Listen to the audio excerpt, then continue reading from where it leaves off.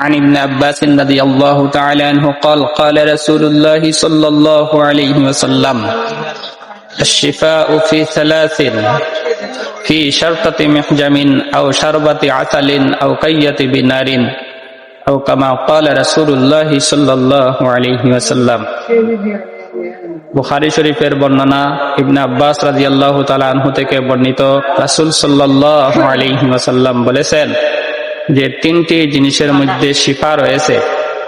হিজামার মধ্যে শিফা রয়েছে, মধু পানের মধ্যে শিফা রয়েছে, আর আগুনের শেকের মধ্যে শিফা রয়েছে।